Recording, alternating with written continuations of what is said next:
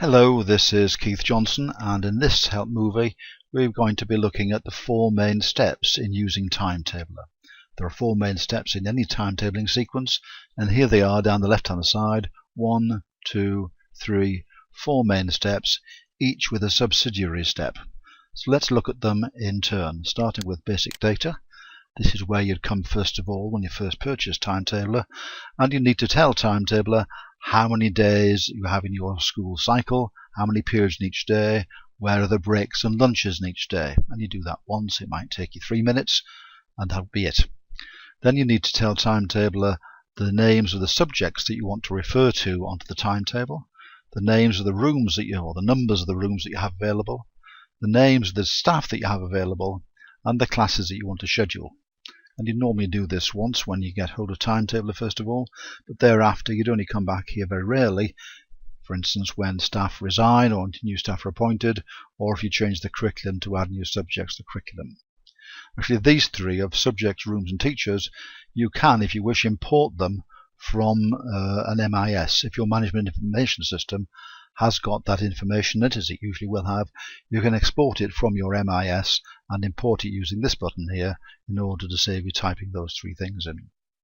Also on the screen you can look at the online help movies, of which this is one. There's a whole library of help movies about every screen in Timetabler. There's a How Do I booklet, which is very useful, and there's the latest version of the Quick Start Guide you can get by clicking on there. So that's the basic data step. It has a subsidiary step about availability. So for instance, if you want to say something about the staff availability about part-time teachers, for instance, if Mrs. Jones doesn't come in on Fridays, then you can tell Timetabler that Mrs. Jones is not available on a Friday, and then Timetabler will not let you accidentally use Mrs. Jones on a Friday. And the same thing with any other part-timer, including floating part-timers. There's a similar unavailability screen, so you can say when classes are unavailable. So if, for instance, the classes in your years 7, 8 and 9 go home early on Friday afternoon, while years 10 and 11 continue working, then you can specify on that screen there that the final lesson on a Friday afternoon is not available for years 7, 8 and 9, but it is still available for years 10 and 11. And similarly with room availability, you have some rooms unavailable during the week because of community use, for example, then you can specify it there. In this section here, you can specify special resources which behave like dummy teachers, and they're very useful for specifying timetabling tricks. For instance, if you have 2 deputy heads and you want to make sure that one or other of them is always free every lesson of the week to do any firefighting, then there's a simple timetabling trick there that will make sure that Timetabler always leaves one or other of them free, assuming they have enough free periods, of course, so that they can deal with any problems that arise in school.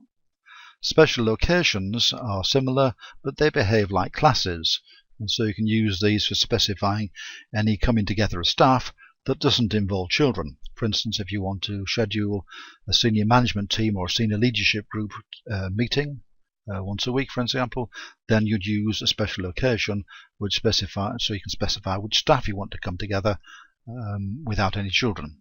Similarly, if you want to specify departmental meetings. This section here is about teacher pools. If, for instance, for teaching art in year 7, if it doesn't matter which art teacher teaches 7A, which one teaches 7B, which one teaches 7C, and so on, then you can tell Timetabler that, and Timetabler will choose the teacher that makes most sense from a scheduling point of view, the one that makes it easy to do the scheduling. So you can specify pools of art teachers or drama teachers or any other department.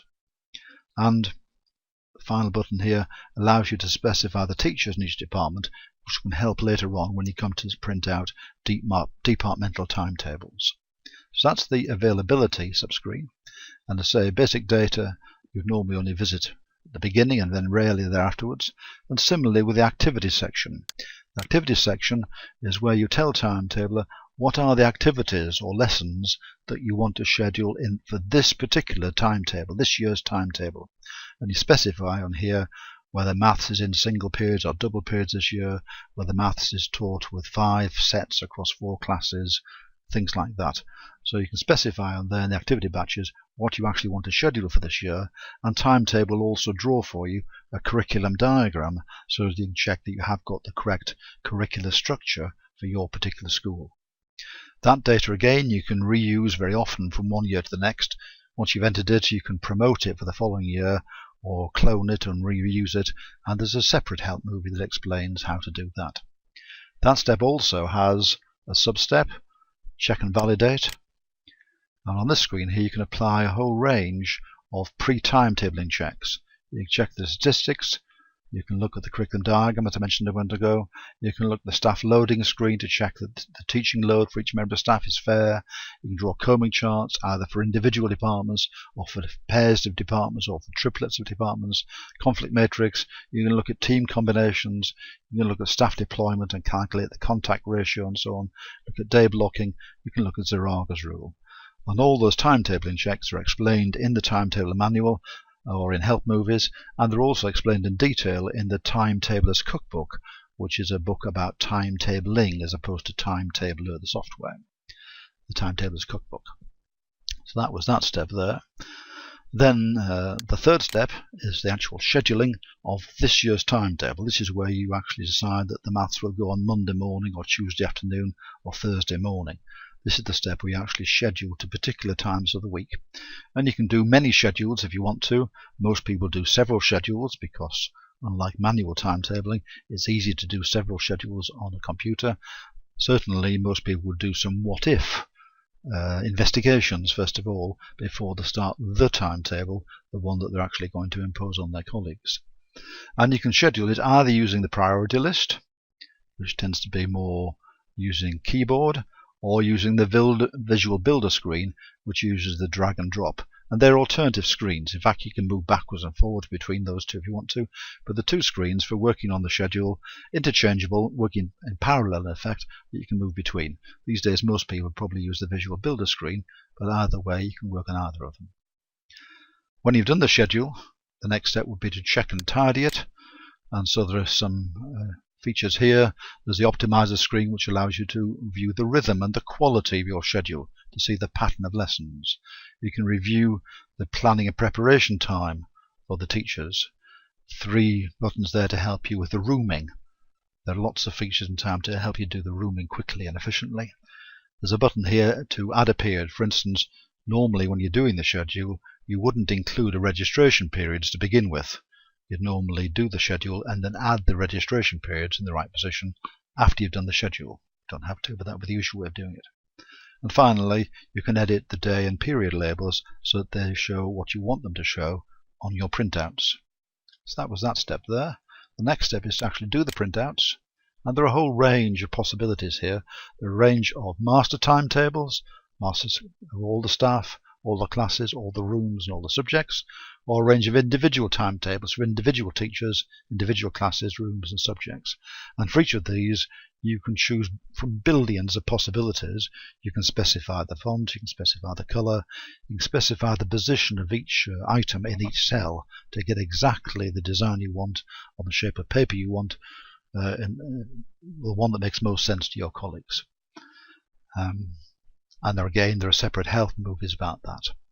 In addition, you can also print out free staff and rooms for the person doing cover, and you can print out pool timetables if you've been using teacher pools. That's printing the timetables.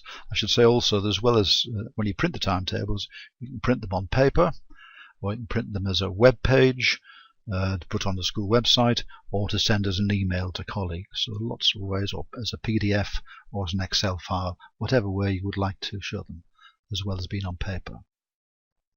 The next step is to export the timetable, and you can export it to a whole range of possible management information systems: sims.net, Pearson Frontier E1 or Gold, PASS, Progresso, Facility, Integris, Schoolbase, ISAMS, Engage, Bromcom, and so on. A whole range of possibilities down there. You select the one that you have in your particular school, and then you go through the export sequence. There's a whole pile of documentation for each export that will explain to you exactly what to do on that. So those are the 4 main steps in Timetabler.